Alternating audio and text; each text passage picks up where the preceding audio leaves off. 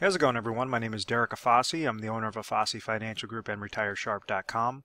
Today's topic, I want to discuss with you, how does a retirement annuity work? So with annuities in general, there's some good things about them. There's some horrible things about them. So first, I want to explain to you how an annuity works, how a generic concept of annuity works, and then when somebody could leverage a type of annuity for retirement, specifically for a type of retirement income play or a safe, consistent retirement accumulation play, and then what are problems that individuals fall victim to when trying to leverage that strategy, expecting something else that is just truly not there, like when you're talking about income rider guarantees or guaranteed, 7% or 8%, what's kind of some of the scams out there and how to deviate or kind of read through the BS, that you might have been pitched before. So I want this to be very, very educational, kind of show you how it works, show you the negatives to annuities, show you the positives to annuities, and then show you actual examples of saying, okay, in this person's situation, an annuity worked really well. It fit like a perfect puzzle piece. With another situation, utilizing an annuity was absolutely horrible, and now this person's going to be really, really pissed off. So it's kind of a lot of these examples and a lot of these situations are just from the volume that calls into the agency.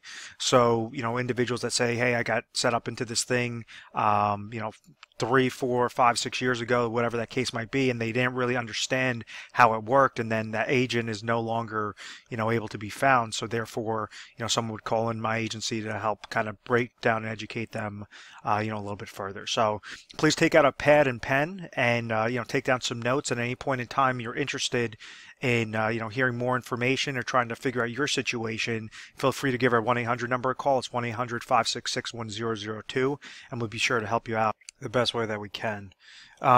So for starters, an annuity is, I want you to think of this as the opposite of life insurance. And what I mean by that is individuals, they purchase life insurance primarily as a death benefit, or many times specifically as a death benefit play.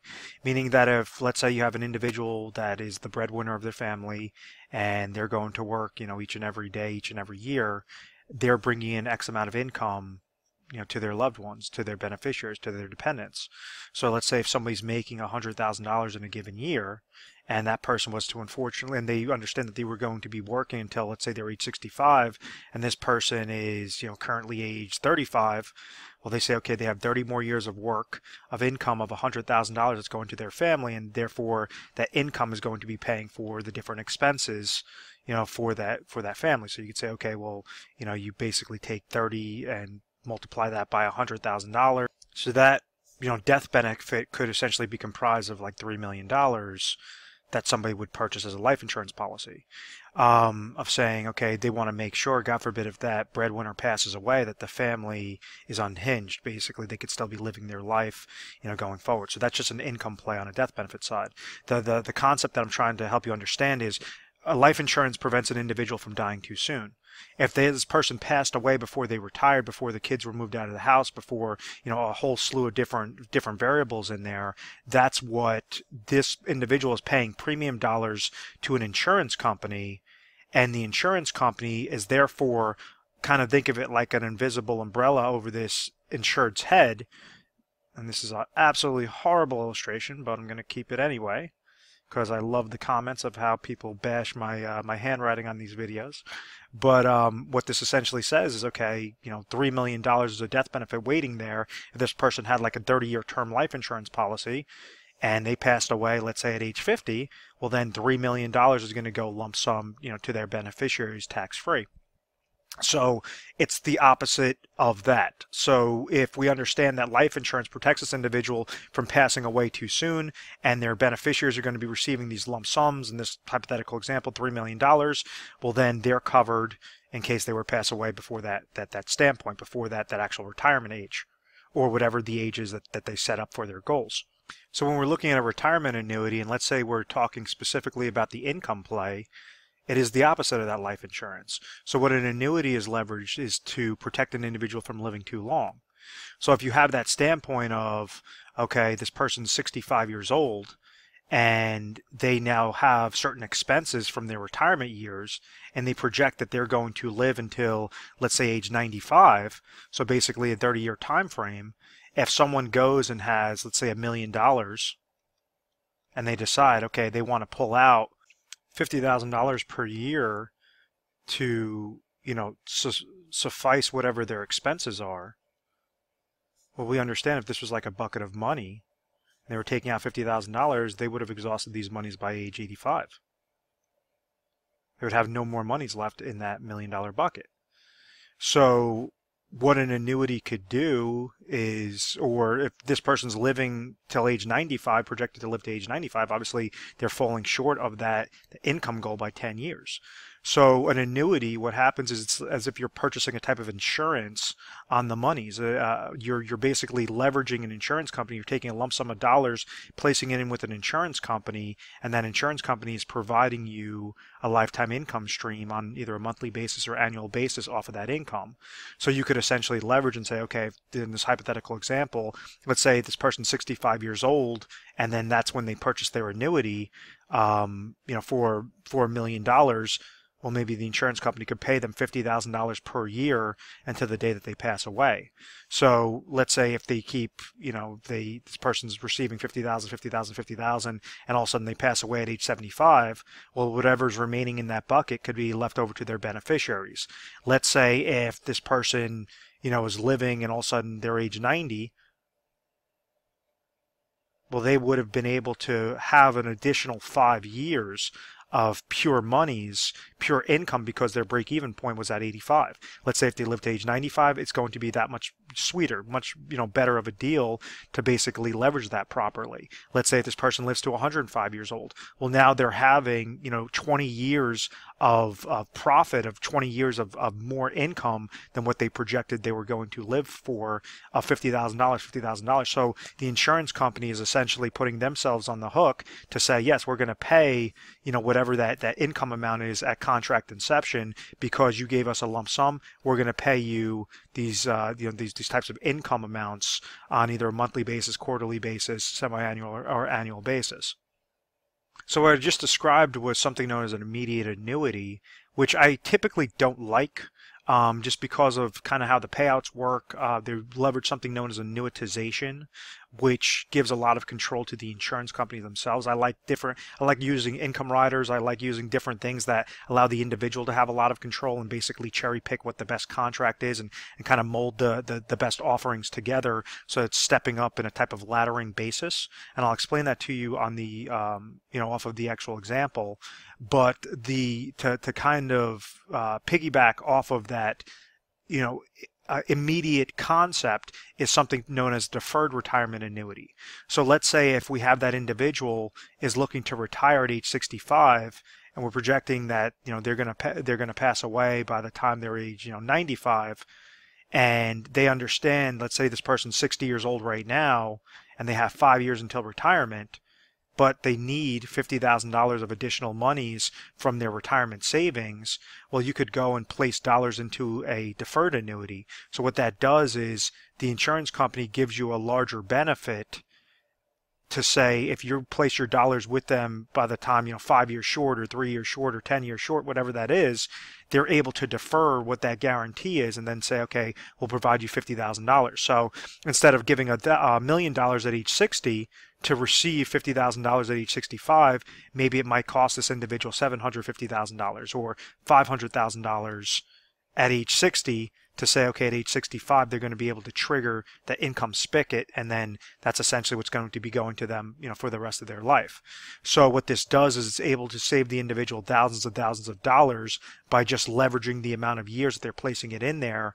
And this is where you could have the different income riders and the best deferred related contracts that work really well with one another. And then you could have, $50,000 get triggered at age 65. You could have step-ups in income of an additional $2,000 to help combat inflation. And there's a whole slew of different things to make sure that it's sufficing what your income goal is, what your expenses are. So as long as your income is always above your expenses, you're going to be satisfied, you're going to be confident in retirement, and this is not going to be hindered with downward market losses and fees and different things like that that could entirely liquidate retirement accounts.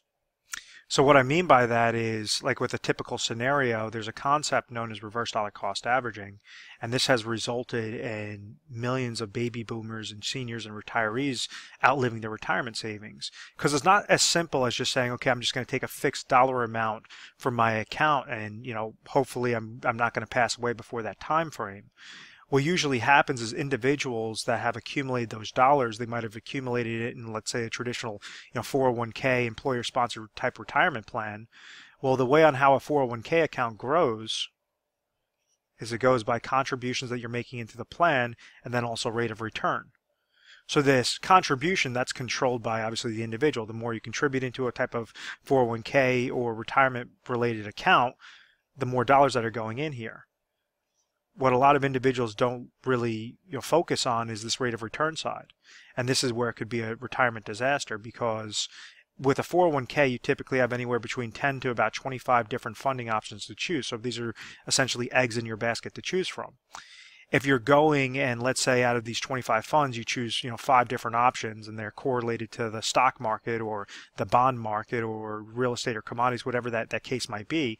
Let's say if it is really heavily weighted towards the stock market performance, well, whenever the stock market's going up, you're going to receive a positive interest credit into your 401k account. So it's going to be the combination of the contributions and rate of return, which is going to give you a larger bucket at the end of the day, at the end of the year. Well, what happens if the opposite occurs? If that rate of return comes back negative, like a 2001, like a 2008, and you're not only receiving what that negative is, which could be essentially like slicing the bucket in half. Like an example, in 2008, you had seniors that were retiring. They had $500,000 in their 401k account, and they got hit with a 50% loss in that year. So therefore, starting the next year, they were walking into the year with $250,000. That's if they didn't even take out any money. What reverse dollar cost averaging does is it shows you what the negatives could be with certain retirement accounts, essentially holes within those accounts, and then also when you start pulling out those monies, it's the power of compound interest, what Albert Einstein, called the eighth wonder of the world, the power of compound interest. Rather than having that work for you, it's actually working against you. So let's say if you took your 401k monies and you put that into an IRA and you went over with some financial advisor and you're still sitting in different sorts of mutual funds, expensive related, really expensive accounts, you might be charged 1% in mutual fund related fee, a 1% in advisor fee, and that's being very conservative, by the way. Let's say if your account drops 10% in a given year and you decide to take out 5% from your account. So if somebody has $1 million and they say, okay, I need $50,000 of income to live off of. I'm going to take out 50 grand this year, but I ended up getting hit with a $100,000 loss. I ended up paying fees of $10,000 to an advisor, $10,000 to the mutual fund related company. This person would have walked into the year with $1 million. They would have only pulled out $50,000, but they would have actually ended up losing minus $170,000 from their portfolio, meaning that they walked into the year with $1 million, they took out $50,000, and their new account value is sitting at $830,000. So essentially what happens is if you're trying to take out $50,000 the next year, it's going to be off of a larger percentage off of this overall bucket. You're still susceptible to potential downward market losses. You're still susceptible to these fees. Kind of think of them as these little holes coming out. So essentially this compound interest could really destroy that retirement account. And when it destroys it, what happens? You have no more money left to pull from. You would have outlived your retirement savings, and now you just have to rely on Social Security income, or you might have to go back to work in your 70s and your 80s, at that point in time. And this is very realistic, whether you've seen it yourself or you've had, family members or friends or whatever that is. That's a very realistic scenario because this reverse dollar cost averaging effect could be very real on retirement accounts. So as much as an annuity can be a solution in that situation, unfortunately, you have a lot of marketing. You have something that I call the smoke and mirrors through insurance companies, that they have a lot of bullshit out there. Excuse my language. But it's just the truth. I'd say over 90% of companies or contracts are really for the benefit of the insurance company. But you do have anywhere between 5 to 10% of contracts could be really ideal for a specific situation. So like with my independent agency, we represent thousands of different combinations and strategies and contracts all throughout the nation. So it really depends upon which state you're in, depends upon what your situation is.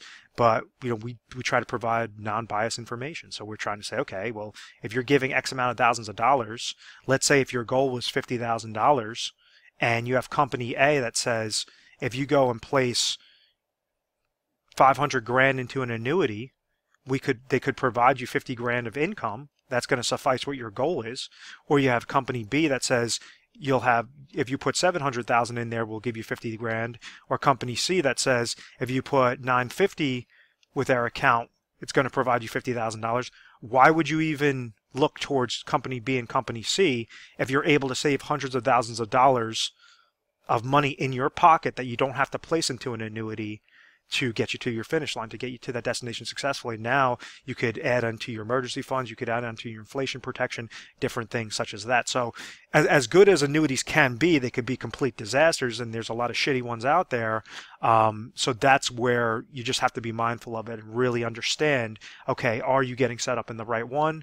And why would you go to second, third, fourth, or even 12th, 15th place? What we see a lot of times is individuals saying, hey, I'm interested in this annuity. I have this advisor that basically pitched it to me, and that's exactly what they did. They tried to basically pigeonhole you, put a square peg in a round hole, where it really should not have been that sort of concept. So that's at least the income play, with retirement annuity with an income play. What exactly do I mean regarding an accumulation play? And then I'll show you the examples. Now, the first type of accumulation play, I'm going to kind of discuss with you how a bank CD works, and then how a fixed annuity works, and then how a fixed index annuity works for an accumulation play off of what's essentially happened with interest rate environments and different things like that. And then where the accumulation on annuities are absolutely horrible, you definitely don't want to go that route, and maybe it might make more sense to just do more of a type of managed money approach, or different sorts of investments that are taking on a little bit larger risk. So what used to happen when you had interest rates were in double-digit figures, you would have like a main portion or main strategy for retirement income planning would be by leveraging bank CDs and fixed annuities. And the way on how it worked is like a bank CD, a certificate of deposit, has to be offered through a bank. An annuity has to be offered through an insurance company. A bank can't offer an annuity. If you're getting an annuity from a bank, they're utilizing some sort of insurance company with it. So, understand that those are separate. They have different legal reserve structures, different things like that. Let's say if you were, purchasing a bank CD back in the day, and let's say that bank CD was for 5 years, and it was giving you a 10% rate of return per year. If somebody went and had $1 million and they purchased a bank CD for those 5 years, they understand that the first year they would get $100,000 of interest. The second year they get $100,000 of interest. Third year they get $100,000 of interest. So basically after the 5 years, they'd be able to take their $1 million and reinvest that into a new 5-year bank CD. Or you could just kind of splice it up into 1 year, 2 year, 3 year, 4 year, 5 year. It was known as a type of a CD laddering strategy. So after those 5 years, when interest rates were really high, they would be able to take their principal, and all they had to do was just live off that interest year by year by year. There was no downward market losses. There was no fees other than sort of surrender penalties involved with that. And it was really easy on that retirement income playing field. So fixed annuities came out, and they said, okay, well, they have really large insurance companies with very large legal reserve structures in there, and really large safety in there. So rather than go with a 5-year bank CD that's paying 10%, an individual might go with a 5-year fixed annuity that was paying 13%. So therefore, it's giving you a safe income play, a safe type of account play, a safe accumulation play, but it was giving you about 2 to 3% higher guaranteed income at that point in time with that, with that 5-year interval, or that 7-year interval, or that 3-year interval, whatever that is. So an individual will go into a fixed annuity over a bank CD because they want to still have safety onto their account, safety from downward market losses, safety from fees, but just live off that interest year by year. Slight difference between a bank CD and a fixed annuity is the interest that gets paid on a bank CD is simple interest. So each year you're getting 1099 off of the income that you're making if it was, let's say, in a regular non-qualified account. So you would be getting, in this case, if you got 10% that was getting paid on the 5-year bank CD, it would be $100,000 each and every year getting dropped into the bucket. if you had a fixed annuity that was paying 10%, well, what it's doing is utilizing the power of compound interest. So after the first year, if you had $1 million, your account value starting year 2 would be 1.1 million, and now you have 10% off of 1.1 million, then 10% off of that number, 10% off of that number. So it's not just a flat $100,000 each and every time. So there's differences between simple interest and compound interest. So like right now, unfortunately, the downside to these types of fixed accounts are what has occurred with interest rate environment. So when an individual needed 100,000 or was trying to get 10% on their monies off of a really fixed safe contract, now that same sort of contract on a 5-year bank CD is paying 1%, 1.5%, maybe 2% sometimes. So therefore, it's a lot lower, and individuals have to take on larger risk, or they have to leverage different strategies to receive that type of income play. Because if you threw $1 million at a 2% bank CD, you're only getting 20 grand. If your income goal was 50,000, you're falling short by 30,000. So many times if somebody's looking for an accumulation strategy and they say, okay, they want to get a little bit higher interest, well, you have some of the top fixed annuities, like 5-year fixed annuities, that are paying like 3.25% or 3%. So it's about a percentage, 2% higher than what typical bank CDs are paying. So it's owned by an insurance company, being offered by an insurance company, as opposed to being offered by a bank. So that's the concept regarding a fixed annuity, coming from a bank CD to a fixed annuity, understanding that just like a bucket with the lid over it, you're receiving, if you were getting 3% interest rate each and every year, 3% is getting poured into that bucket, poured into that bucket, poured into that bucket, and you have the power of compound interest working on a good accumulation strategy. But it's very small interest credits, unfortunately, in today's interest rate environment. If interest rates increase, and then you're going to see a trickle-down effect, regarding the fixed annuity landscape, regarding the bank CD landscape, all those different things. So, but understand that after each year, you're getting 3% in this example. If the market goes down, you get 3%. If the market goes up, you get 3%. So when the interest rate environment started going down, individuals said, well, I want to at least beat out the pace of inflation. If inflation is increasing between 2 to 4% in a given year, that's the cost of goods and services, basically purchasing power risk. The value of your dollar is decreasing by this invisible 2 to 4% in a given year. Individuals want something that's going to at least double that, or at least, beat out that pace of inflation. And because if, let's say, you're getting a fixed interest rate, or you're not getting any interest rate on your money, you're just getting 0%, and you're just leaving it in a checking account or a savings account that's barely paying you anything, you're going to get beat with this purchasing power risk each and every year on an inflationary basis, on an accumulation basis. So something that could combat that. And this is where you have a lot of these indexing strategies came out. They originally came out in the 1990s, and since that point in time, they've actually gotten a lot better because individuals have really gravitated towards that concept. And you have some insurance companies that still have crappy accumulated fixed index annuity products, and you have ones that are pretty good for an individual situation. The trick with an indexed annuity, I'm going to clear off the screen, is to understand it's not the same as an investment. You're not having these astronomical gains in a given year. It's just meant for the individual that wants to have safety and consistent accumulation onto their accounts, and also have that tax deferral within their growth, the power of compound interest. So what a fixed index annuity could do is, if you kind of think of your money like a bucket with the lid over it, what it's saying is your principal, and these are ones, FIAs without the income rider. Income rider was what I mentioned before with the income annuities.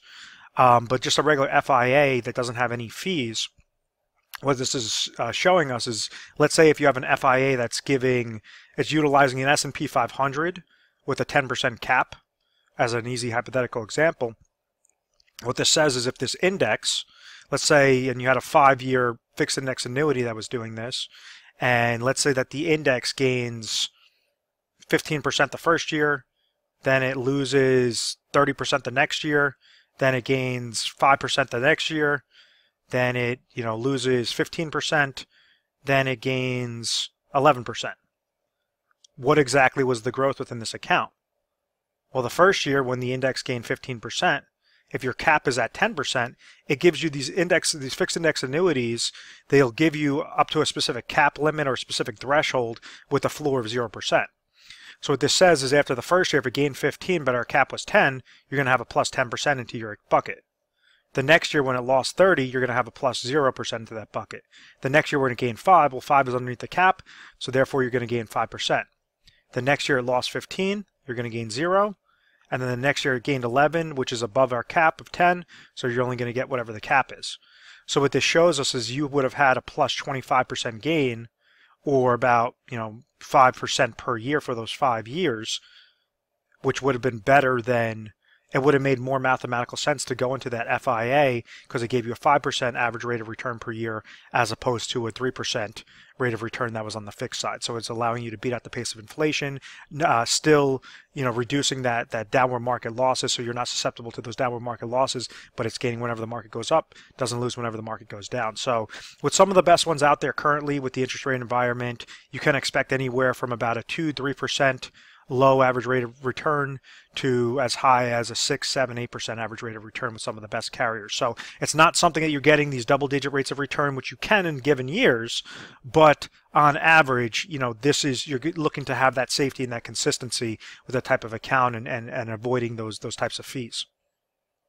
So once again, when somebody is susceptible to a really crappy product, what they'll usually do is if they're looking for a retirement annuity and they're utilizing an accumulation strategy and there's thousands of combinations available, they might get pigeonholed into the wrong product. Like a fixed annuity. If the top fixed annuity is paying 3.25% for a 5-year, why would you put your monies into a fixed annuity that's only paying 2% for a 5-year? Doesn't make any sense. If you have the same sorts of safeties, if you have a good rated carrier, different things, it makes more mathematical sense to go with the higher rate.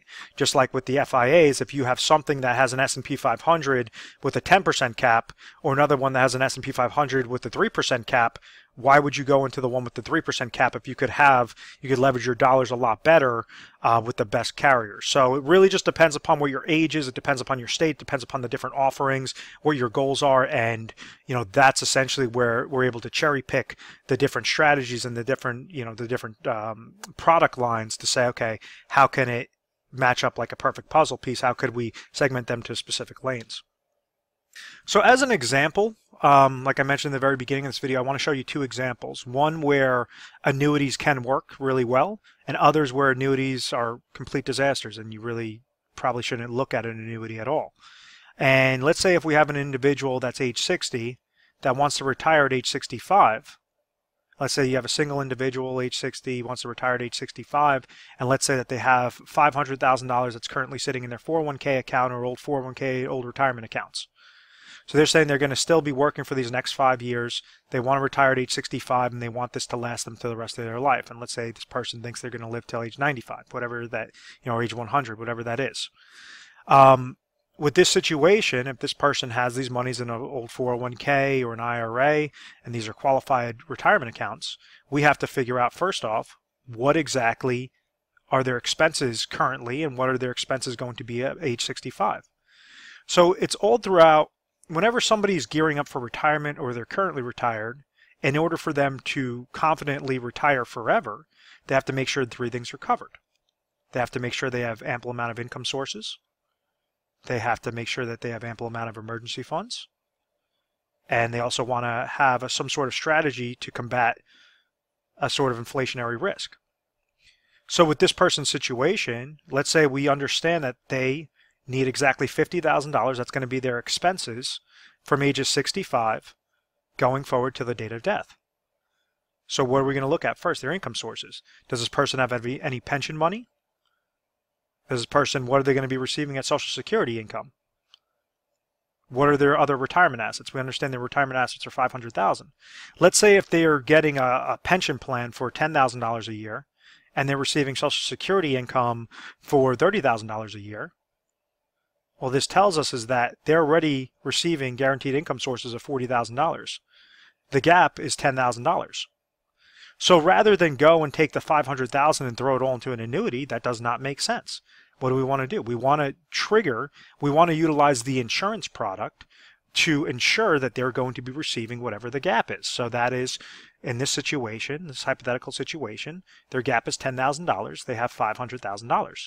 So maybe what the best contract is when we're going through the thousands of different combinations is it might say, okay, Company A is, going to say, if you provide Company A 100 grand at age 60, they're going to give you $10,000 by the time it hits age 65 of lifetime income each and every year to the day that person passes away. If this person lives to 120 years old, that $10,000 is still going to be on the hook. Let's say if this person passes away within a couple of years, whatever they did not pull from, that's what's going to be left over to that person's beneficiaries. So it basically covers them on an income play to say, if they pass away, well, their money wasn't completely wasted like old-fashioned annuities used to provide. We're leveraging income riders and different things for a safety play. So Company A, if that's the best route for $100,000, don't go with Company B or Company C that might say, okay, with that same $10,000, you need to give $150,000 with Company B or $175,000 with Company C. You want to leave as much money in your pocket at the end of the day. So this is why, in this example, we'd go with Company A.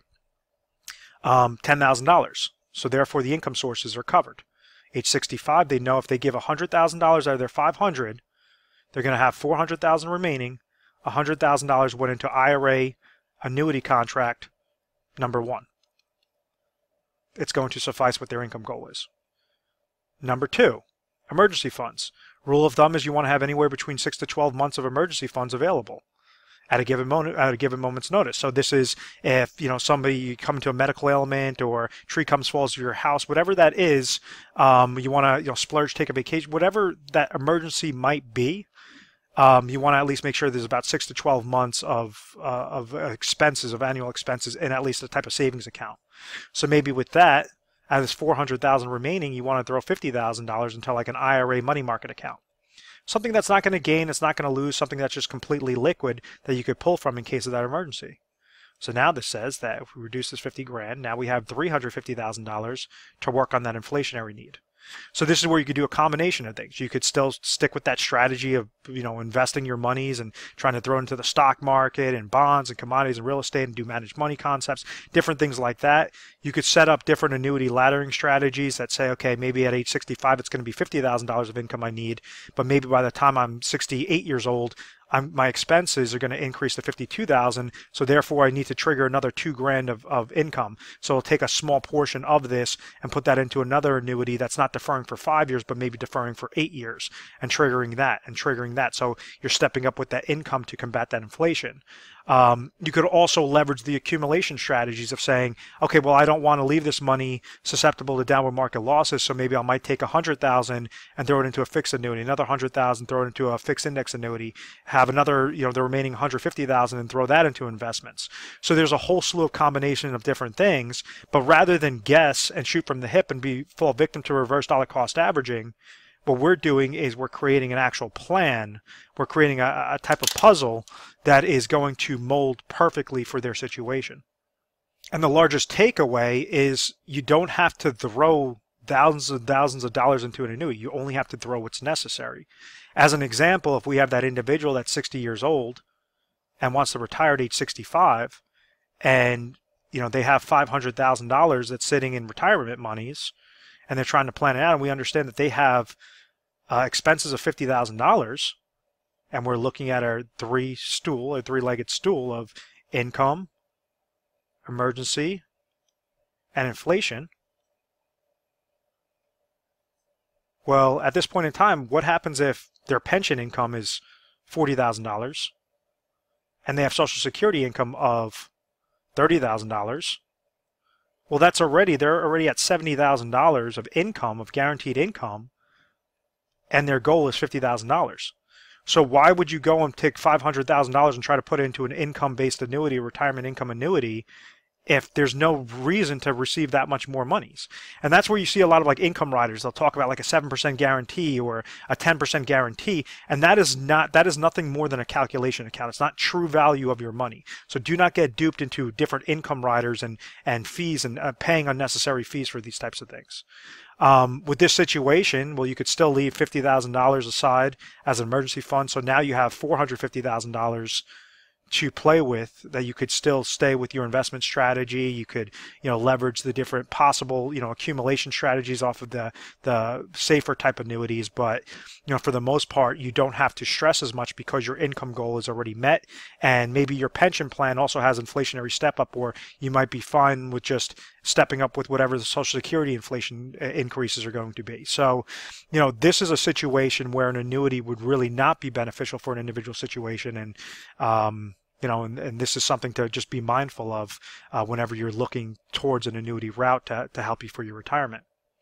So in closing, if you found value in this video, please feel free to call our 1-800 number. It's 1-800-566-1002. We offer 24/7 customer service. We're available mornings, nights, weekends, holidays, whatever the case might be. And you can simply give us a call, and then you basically talk about your situation. You say, hey, listen, I was watching a video online. I was interested in an annuity. I want to speak with a specialist. And then depend upon, whichever specialist is available at that time, we'll give you a call back. And we'll make sure to see what your situation is, where your current point A is, what is your situation, what do you want to accomplish, and then how to accomplish from point B going forward to the rest of your life. So if it's an accumulation play, how exactly can you be most efficient, most effective? If it's an income play, how exactly can you be most efficient, most effective? And this is what we're trying to do is with educational pieces, we try to send you literature pieces, personalized videos, different things to help you get acclimated rather than, pay an advisor a fee and just, hope that everything that he's telling you is correct. We want you to be part of the process. And, we've been doing this for many years now. We're A+ rated on the Better Business Bureau. We've had very good reviews. We've never had any complaints. I believe it's because of this methodical process. A more efficient way on how you could set up an appointment with us is through our digital calendar on our website. And our little website link is going to be, attached at the bottom in the description of this video. But it's a retiresharp with a p.com or a fossefinancial.com, and it's all going to bring you to the same place. All gets aggregated to the fossefinancial.com, but you're going to see this little icon that pops up on the bottom right hand side. It says book your strategy session. So essentially go down over here, click the appointment schedule, or schedule appointment, and then so we'll make sure just kind of put your information, see which time works out best, and then write down a little note to say this is exactly what I'm interested in. We'll make sure that we'll match up the best specialist to give you a call at that time and to try to help you out best way possible and most efficient with your schedule. So once again, thank you very much for watching this video. Please feel free to subscribe to our YouTube channel Retire Sharp so you could have access to the most updated videos. Thanks so much, guys.